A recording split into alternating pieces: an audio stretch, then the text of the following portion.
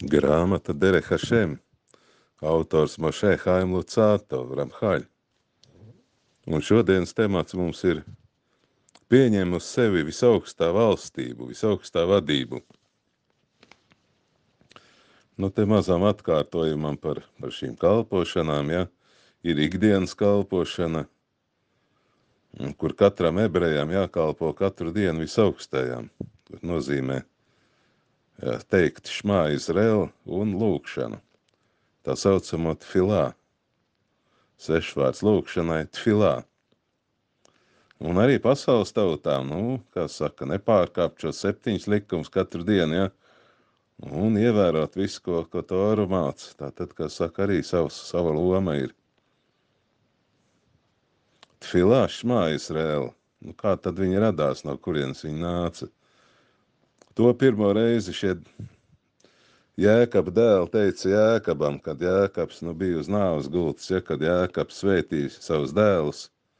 Šie 12 dēli teica Jēkabam, kad bija atnākuši pie viņa.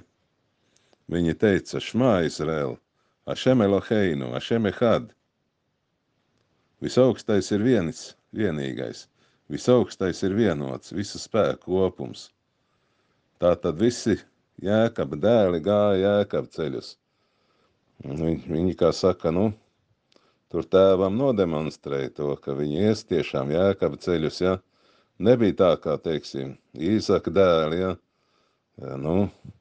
Ēsavs un Jēkabs, ja, kur Ēsavs gāja cita ceļa, Ēsavs jau negāja visaugstā ceļus. Jēkabs vienīgais gāja, bet te Jēkabam, kā saka, ļoti tāds, kā saka, laimīgs brīdis, ja, kad visi viņa dēli teica šmā Izrael un atzina visaugstā vadība, ja, ka visaugstais ir viens un gāja, visi 12 viņi gāja, Jēkab ceļus arī Jāzeps, tai skaitā, un arī Jāzepa dēli, Menašē un Efraims. Tātad pienākums ebrejiem teikt šmā Izrael no rītā un vakarā. Un tajā ietilps 2 daļas. Pirmais, visaugstā vienotība, ka visaugstais ir viens, nav nekāda tur cita dieva vai kaut kāda tur kompanjona vai dēla, nezinu kas vēl tur. Un otrais, pieņemt uz sevi visaugstā varu katru dienu, visaugstā valdību. Tātad, kronē visaugsto katru dienu par savu valdnieku. Te mēs atskatāmies nedaudz vēsturē, ja pavēle pirmam cilvēkam bija sekot vienīgajam visaugstajam, nesekot kaut kādiem citiem tur spēkiem, citām idejām. Bet, diemžēl notika tas, kas notika, un pēc pirmā pārkāpuma, ja, pirmā cilvēka dvēsele sadalījās miljārdos dvēseļu. Un arī laiks sadalījās 6000 gados no 6 dienām. Un viens likums sadalījās uz 613 likumiem. Un pasaule palika daudzveidīga. Un tagad cilvēki nesaprot, kā viss saistās kopā. Tagad ir tāds kā aizskars starp cilvēkiem un visaugsto. Un visaugstais ir apklāts, un cilvēks dara, ko paši grib. Gan filozofē, gan, kā saka, grib dzīvot dažādos, kā saka, savās idejās, ja. Un katrs pats grib būt gandrīz vai kā dievs. Un attālinās no visaugstā reāli. Un tas arī ir ļaunums, tas izsauc šo ļaunumu, visu šis process. Bet atgriezt procesu, savākt visu kopā. Un gala izlabošana atkarībā no visaugstā vienotības atklāšanās. Visaugstais bija, ir un būs, un vienīgais visaugstais. Nav 10 vai tur 2 vai 3 vienā, bet visaugstais ir viens. Bet pašlaik mums nav atklāts pilnībā. Jo apslēpts viss šis viss, kas saka, šī visa sistēma apslēptais pasaules daudzveidības, visaugstais apslēpts ir. Tāpēc visaugstais ir jāatklāja. Un to iespējams ar Toras mācībām un izpildot visaugstā likumus. Un jāmācās, ka visaugstais par visaugsto, un ka visaugstais ir viens. Un viss tikai no viņa. būt visaugstā lieciniekiem, apstiprināt šo visaugstā vienotību 2 reizes dienā. Nu, tāds ir Izraēla tautas uzdevums tagad, būt par šiem lieciniekiem visai pasaulē. Pasaule ir dienā un naktī, ir 2 periodi. Tātad dienā 1 periods ir 12 stundas, otrs periods naktī ir 12 stundas. Dienā notiek rīcība, naktī notiek atpūta. Tāpēc mēs redzam, ka no rīta un vakarā mainās pasaules vadības kārtība. 2 struktūras. Tātad diena un nakts, tāpēc ir 2 reizes jāsaka Šmā Izraēl. Gan no rīta, gan vakarā. Jo ebreji liecinieki visos aspektos. Tātad te daži aspekti, ja? Pirmais, visaugstais ir vienīgais, ir viens. Un vienīgais eksistē, tikai visaugstais. Viņa eksistence ir obligāta, un viņa neeksistence ir neiespējama. Jo viss pārējais eksistē atkarībā no visaugstā gribas. Tātad visaugstais var gribēt un var negribēt, neatkarībā no radījumu gribas. Otrais aspekts ir visaugstā vara pār visiem radījumiem, par visu radību. Tikai visaugstais ir valdnieks un pārējais eksistē tikai tāpēc, ka visaugstais dod spēku pārējai radībai. Visaugstais vienīgais ir viss avots. Ašem Ehad nozīmē visaugstā varu, ka viņš ir vienīgais valdnieks un pārējie spēki eksistē tikai tāpēc, ka visaugstais viņiem dod varu. Trešais aspekts – visaugstā vadība. Nu, tas atspoguļojas tādā sistēmā, kas saucas iemesls sekas, jo visaugstais vada visus mērķi. Dabas likumi liekas autonomi, ja, un cilvēks var nonākt tā kā elku kalpībā, ja. Cilvēks domā, ka visaugstais radīs pasauli un aizgājis, teiksim, atstājis visu pašplūsmā. Un arī ir liels briesmas ar elku kalpību, ja, ka, teiksim, visaugstā laiks ir aizklāts, ja mēs redzam dažādas dabas spēkus, ja. Cilvēki var sākt, kā saka, griezties pie šiem dabas spēkiem ar dažādiem paņēmieniem, ja, kas arī notika agrāk, jau 3. paudzē no Ādama radīšanas, kur cilvēki griezās pie šiem dabas spēkiem, lai, kas saka, izmainīt savu dzīvi, ja, iegūt dažādas labumus un tādējādi nonākt šajā elku kalpībā, kas ir aizliegta. Jo visaugstais vienīgais pilnībā vada pasauli. Dzīve un liktenis ir visaugstā rokā, un mums jāatklāja visaugstais realitātē. Te pazināt nedaudz. Zinātne nekad nevar atklāt pirmavotu visām parādībām. Un visas zinātnes atbildes ir neskaidrs. Te mēs redzam, ja, ka dažādas teorijas nav nekāda pierādījuma 100%. Un te dažādi, kā saka, dažādas idejas, ja, ka cilvēks no pērtiķa radies un kaut kāds lielais sprādziens bija sākumā, ja. Tās visu laiku mainās, šīs hipotēzes un teorijas mainās, un neko šī zinātne konkrēti nekad neko nav tā kā saka 100% droši atklājusi. Nākošais aspekts. Visaugstā vienība, vienotība. Ašem Ehad. Tātad, ko tad tas nozīmē? Nozīmē labo radīsim un iznīcināsim ļauno. Tā jāsaka ebrejiem, kas atklāja visaugstā vienotību un labo. Tātad tas nozīmē arī šis, kā saka, šī lieta ietilpt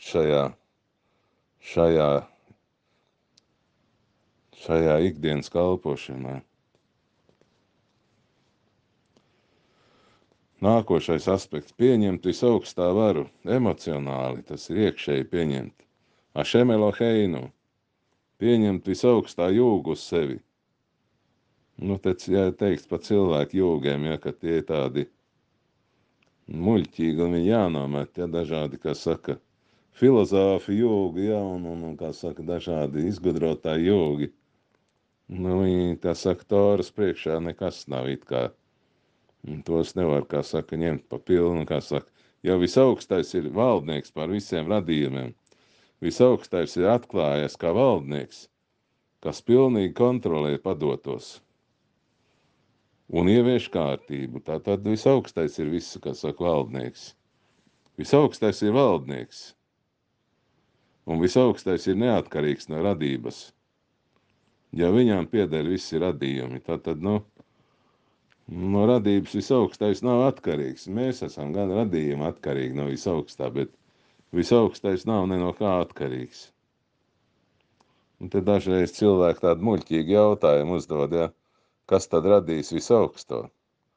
Nu, mēs zinām, ka mums, kā saka, mēs esam ierobežoti šai pasaulē, jā, šīs pasaules, kā saka, likumiem, un tādējādi šādi jautājumi tiek uzdot, bet ja atklātos, kā saka, tā garīgā redz, tā saucamā, jā, tad tas jautājums pazust, jo nu, visaugstais ir no mūžības uz mūžību.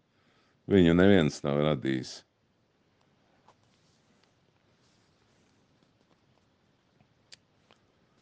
Visaugstais nav atkarīgs ne no kā, un visaugstais parādās tad, kad radīta pasaule. Tātad tur, kur parādās radība, tur parādās arī radītais. Nu, nevar būt tā, ka radība kaut kādā veidā, teiksim, parādās ne no kā, pilnīgi bez jebkādu, kā saka, pirmie mesli, ja. Vienmēr ir radītājs klāt, ko, ja mēs te redzam mūsu pasaulē, ja, teiksim, arī dažādi ražojumi, ja, piemēram, automobīlis, nu, tādas sadzīves tehnikas piemērs, ja. Nu, visur taču ir autors un radītājs klāt, un rūpnīca un ražotājs. Nav tā, kā no, kā saka, no zila gaisa kaut kas nokritis. Nu, tā nav.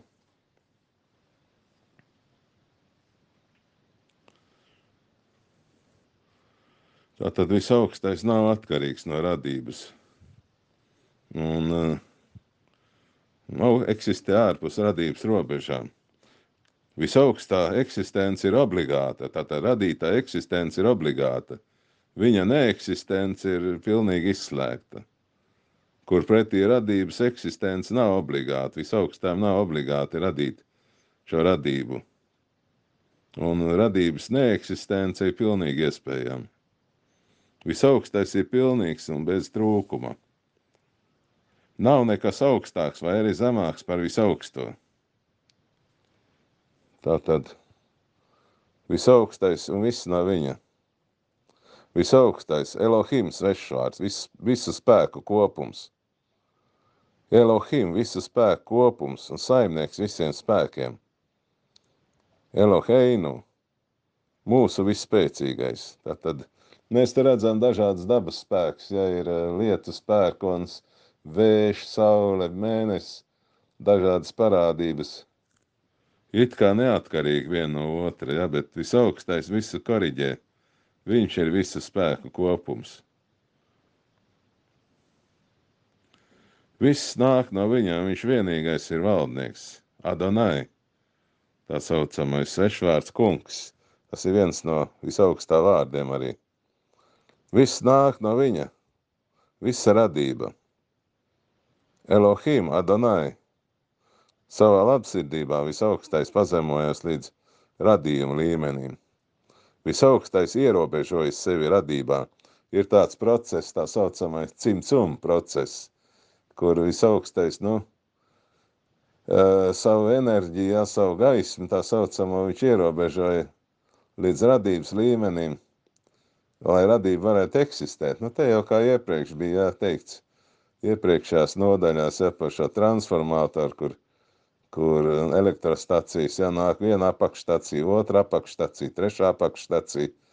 Tātad šī elektriskā strāva, šis spriegums tiek ierobežots, ja, mazāk, līdz kamēr nonāk līdz galda lampā, ja, un šī lampa var degt, viņa nepārdeg.